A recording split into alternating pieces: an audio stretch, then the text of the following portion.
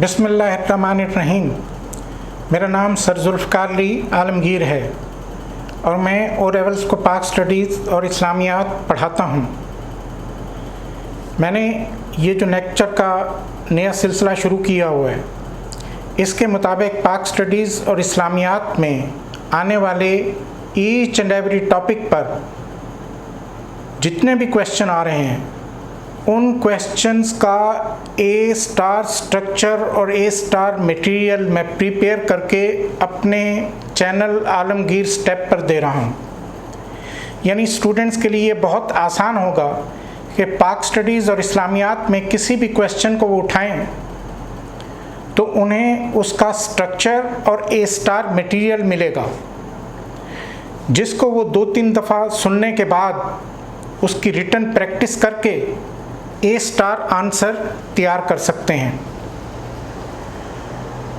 Religious reformers के हवाले से यानी शाह वलीउल्लाह, सैयद अहमद शहीद और हाजी शरीयतुल्लाह, इनमें 3 तरह से क्वेश्चन आता है।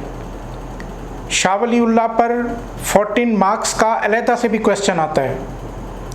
सैयद अहमद शहीद बरेलवी पर 14 मार्क्स का अलहदा से भी क्वेश्चन आता है, मगर 80% इन तीनों रिफॉर्मर्स का कंपैरिजन आता है। और आज मैं कंपैरिजन पर ये क्वेश्चन देकर तो रिलीजियस रिफॉर्मर्स पर अपने लेक्चर कंप्लीट कर दूंगा। यानी आप रिलीजियस रिफॉर्मर्स पर किसी भी क्वेश्चन का ए स्टार मटेरियल और स्ट्रक्चर हासिल कर सकते हैं।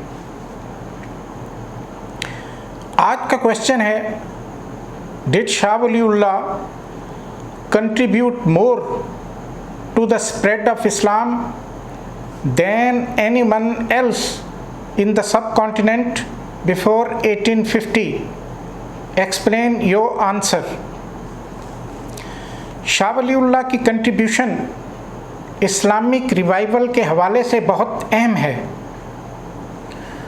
On account of many reasons, वो पहले इस्लामिक थिंकर थे जिन्होंने मुग़लों के डिक्लाइन के कॉन्सिक्वेंसेस को समझा और मुसलमानों को बताया कि उनकी ह्यूमिलिएशन और पुअर कंडीशन की वजह इस्लामिक प्रिंसिपल्स को ना अपनाना और ना अपनी ज़िंदगी को इस्लामिक प्रिंसिपल्स के मुताबिक गुजारना है। वो समझते थे कि अन इस्लामिक कस्टम्स को अपनाने की वजह से मुसलमान इस्लाम को भूल जाएंगे और मुस्लिम और गैर मुस्लिम का फ़र्क ख़त्म हो जाएगा। इसलिए उन्होंने फ़ैसला किया कि वो कुरान और सुन्ना की टीचिंग्स को इंडिया में रिवाइव करें ताकि मुसलमान जान सकें कि क्या चीज़ इस्लामी है और क्या चीज़ गैर इस्लामी है। उन्होंने मुस्लिम सोसाइटी में सोशल, पॉलिटिकल और इकोनॉमिक रिफॉर्म लाने के लिए एक movement back to the Quran का आगाज़ किया। वो मुस्लिम सोसाइटी की बिगड़ती कंडीशन को संभालना और उसे बैरूनी थ्रेट से बचाना चाहते थे। इस सिलसिले में उन्होंने कुरान को पर्शियन में ट्रांसलेट किया। इस ट्रांसलेशन का नाम फतहुर रहमान था और ये कुरान का निहायत आसान तर्जुमा था ताकि इंडिया के मुसलमान कुरान को आसानी से समझ सकें। वो चाहते थे कि मुसलमान इस्लामिक टीचिंग्स के मुताबिक अपनी ज़िंदगी ट्रांसफॉर्म करें। वो चाहते थे कि मुसलमानों में सेक्टेरियनिज़म ख़त्म हो, क्योंकि सेक्टेरियनिज़म मुस्लिम सोसाइटी की यूनिटी को सख्त नुकसान पहुंचा रही थी। वो सुन्नी और शिया सेक्ट्स को करीब लाए। उन्होंने सूफ़ी और उलेमा के दरमियान गल्फ को ख़त्म किया। इस वक्त पॉलिटिकल डिक्लाइन के साथ साथ मुसलमानों का मॉरल डिक्लाइन भी अपने अरूज पर था। Luxury lifestyle, love of wealth, selfishness और डिसऑनेस्टी मुस्लिम सोसाइटी की पहचान बन चुकी थी। उन्होंने मुसलमानों को शादी ब्याह और दूसरी रस्मों पर फजूल खर्ची से मना किया। उन्होंने मुसलमानों को जहाद की अहमियत से आगाह किया। उनके बेटों शाह अब्दुल कादिर और शाह अब्दुल अजीज़ ने कुरान को उर्दू में ट्रांसलेट किया। वो कुरान, हदीस और फ़िक़्ह के बहुत बड़े स्कॉलर थे।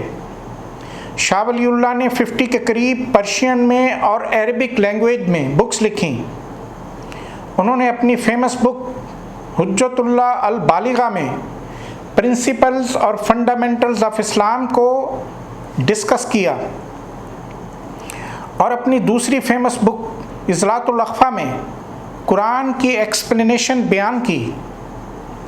उन्होंने मुसलमान रूलर्स को ख़त लिखे कि वह मराठा के ख़िलाफ़ खड़े हों। उनकी दावत पर अहमद शाह अब्दाली ने पानीपत की थर्ड बैटल 1761 में मराठा को इबरतनाक शिकस्त दी और 1850 के पीरियड में सेकंड रिफॉर्मर सैयद अहमद शहीद की भी इस्लाम की रिवाइवल और स्प्रेड के लिए यूनिक कंट्रीब्यूशन है। वो एक मैन ऑफ एक्शन थे।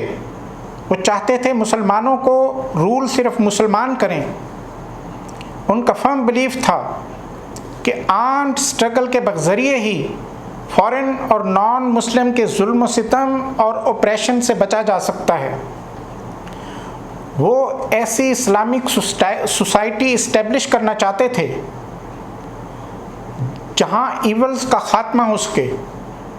इसके लिए उन्होंने जिहाद मूवमेंट का आगाज़ किया।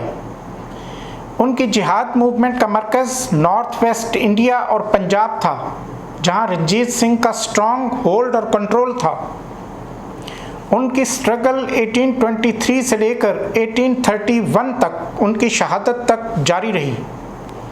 1823 में मक्का से वापस आकर उन्होंने बाकायदा अपनी जिहाद मूवमेंट को लॉन्च किया। ये वो वक्त था जब मुसलमान सिखों की हुकूमत में अपनी कई रिलीजियस प्रैक्टिसेस को अदा नहीं कर सकते थे। उन्हें कॉन्ग्रीगेशनल प्रेयर्स से रोक दिया गया था, बेयर टैक्स था, अजान बैन थी। इसके अलावा मुसलमानों को कई और किस्म की ह्यूमिलिएशंस का सामना था। बादशाही मस्जिद को सिख घोड़े बांधने के लिए स्टेबल के तौर पर इस्तेमाल करते थे। सैयद अहमद शहीद के लिए ये सूरत हाल नाकाबिले बर्दाश्त थी। उन्होंने राजस्थान, सिंध, बलूचिस्तान और अफ़गानिस्तान का सफ़र करके जहाद के लिए मुजाहिदीन तैयार किए और KPK और पंजाब में जिहाद का आगाज़ किया। जिहाद मूवमेंट ने मुसलमानों के तमाम सेक्ट्स को यूनाइटेड कर दिया। अर्लियर बैटल्स में सैयद अहमद शहीद ने सिखों को शिकस्त दी, मगर अल्टीमेटली बालाकोट के मकाम पर सिखों से लड़ते हुए अपने साथियों समेत शहीद हो गए। मगर उनकी शहादत ज़ाया नहीं हुई, बल्कि पाकिस्तान को इस्टेब्लिश करने में इस शहादत ने अहम किरदार अदा किया। रिवाइवल और स्प्रेड ऑफ इस्लाम के सिलसिले में तीसरे रिफॉर्मर हाजी शरीयतुल्लाह हैं। हाजी शरीयतुल्लाह का यकीन था कि इंडिया दारुल हर्ब है, क्योंकि यहाँ कई एरियाज़ में फ्राइडे और ईद प्रेयर्स की इजाज़त नहीं थी। उनका ख्याल था कि मुसलमानों की मिज़रेबल कंडीशन की वजह उनका इस्लामिक प्रैक्टिसेस पर अमल ना करना है। इसके लिए उन्होंने फ्राइज़ी मूवमेंट शुरू की, जिसका मरकज़ ईस्ट बंगाल था, जहां मुसलमान हिंदू लैंडलॉर्ड्स और ब्रिटिश के अंडर हार्ड और पिटिएबल लाइफ गुजारने पर मजबूर थे। वो फ्राइज़ी मूवमेंट के ज़रिए मुसलमानों की प्राइड और डिग्निटी को रेस्टोर करना चाहते थे और हिंदू प्रैक्टिसेस जो मुसलमानों की ज़िंदगी में शामिल हो चुकी थीं उन्हें रिमूव करना चाहते थे। उन्होंने मुसलमानों को नसीहत की कि वो गुनाह से तौबा करें और पायस लाइफ गुजारें। उन्होंने अपनी फ्राइज़ी मूवमेंट के ज़रिए पुअर फार्मर्स को हिंदू लैंडलॉर्ड्स के ऑपरेशन के ख़िलाफ़ यूनाइटेड किया। जब उनकी फ्राइज़ी मूवमेंट स्ट्रॉन्ग होने लगी तो हिंदू लैंडलॉर्ड्स काफ़ी अपसेट हुए और उन्हें नवाबगंज ढाका डिस्ट्रिक्ट में एग्ज़ाइल कर दिया, जहां 1840 में उनकी वफ़ात हुई। उनकी फ़राइज़ी मूवमेंट को उनके बेटे मोहसिनुद्दीन उर्फ दद्दू मियाँ ने 1860 तक जारी रखा, जिस पर ब्रिटिश ने उन्हें गिरफ्तार करके जेल में डाल दिया, जहां पर 1860 में उनकी वफ़ात हुई। इन माई ओपिनियन शाह वलीउल्लाह की सर्विसेज की रिवाइवल और स्प्रेड ऑफ इस्लाम के हवाले से इंडिया में बहुत ज़्यादा इम्पोर्टेंस है। उन्होंने ना सिर्फ 50 के करीब बुक्स लिखी, बल्कि अहमद शाह अब्दाली के ज़रिए मराठा को पानीपत के मकाम पर इबरतनाक शिकस्त से दोचार करवाया, जो मुसलमानों के लिए बहुत बड़ा ख़तरा बन रहे थे। उनके बेटों शाह अब्दुल कादिर और शाह अब्दुल अजीज़ ने उनका मिशन रिवाइवल और स्प्रेड ऑफ इस्लाम के हवाले से जारी रखा और कुरान को उर्दू में ट्रांसलेट किया, ताकि कुरान की तालीमात यानी टीचिंग्स मुसलमानों के लिए समझना और उस पर अमल करना आसान हो जाए। मुझे उम्मीद है मेरा आज का ये लेक्चर इन तीनों रिफॉर्मर्स के कंपैरिजन के हवाले से स्टूडेंट को आसानी से समझ में आया होगा। और आखिर में मेरी स्टूडेंट से गुजारिश है कि वो मेरे चैनल आलमगीर स्टेप को सब्सक्राइब करें, मेरी वीडियोस को लाइक करें, बेल आइकन को ज़रूर प्रेस करें और मेरी वीडियोस को शेयर करें, ताकि ये उन स्टूडेंट्स तक पहुंच सकें जिनके पेरेंट्स फ़ीस पे करने में बहुत मुश्किल महसूस करते हैं। उम्मीद है स्टूडेंट्स इस सिलसिले में मेरे साथ बहुत कोऑपरेटिव होंगे। शुक्रिया।